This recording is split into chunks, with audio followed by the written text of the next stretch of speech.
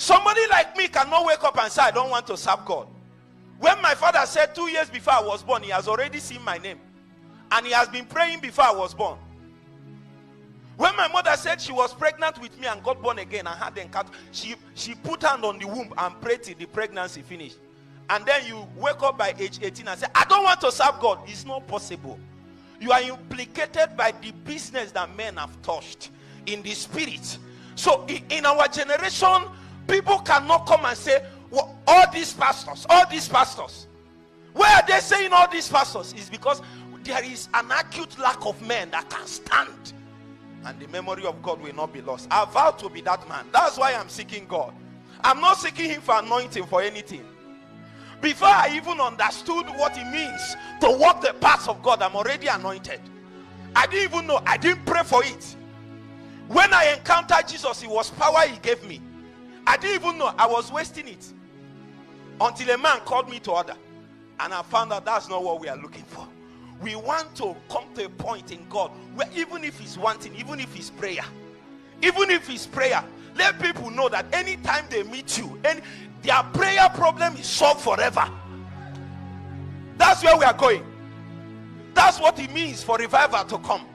When men are carrying God to the streets day to day, they don't need to ask again.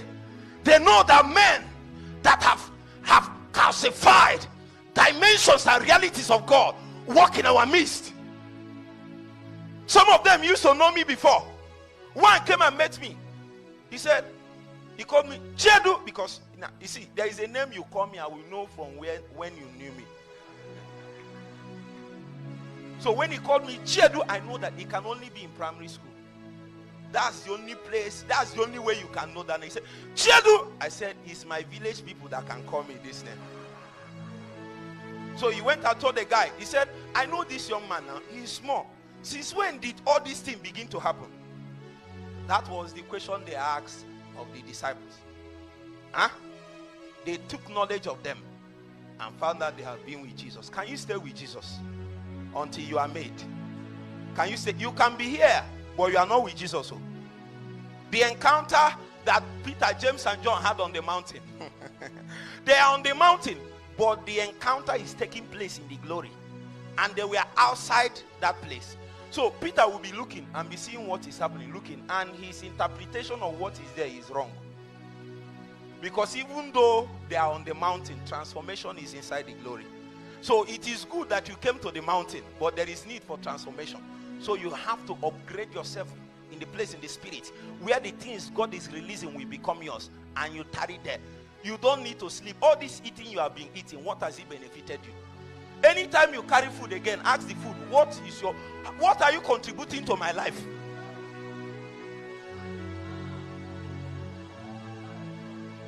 You have been eating since you are born. Are you not tired? All this sleep you are sleeping, you will sleep this night.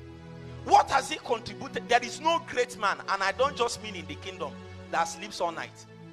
You don't do that. In life, it's not about being born again. In life, no great man sleeps through the night. You are not serious. You are not with born. You don't know the worth of what is handed over to you. I see many meetings. Many great men of God, apostles will come and stand here and release things. And people will fall. I will ask, does these people know what is being given to them? I have a body. See, don't look at people and think they are lucky. No, they took advantage of what was handed over to them. And I don't care whether you had the opportunity to stand on the stage or not. That is not the important thing. Whatever you are doing, be doing. I was an usher for 6 years. It was from an usher that I became a pastor. From an usher. And our usher those days, we wash toilets, count money, do protocol, do sanctuary work at the same time. So I don't know the kind of ushering work that one is.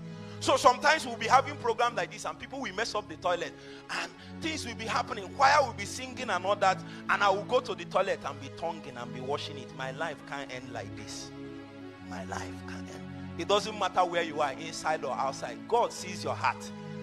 No, he sees your heart. He sees your heart. And once your faith has risen, it will make contact with anything that you desire in this meeting. I want you to make a vow. Whatever it takes, I will lay hold on it.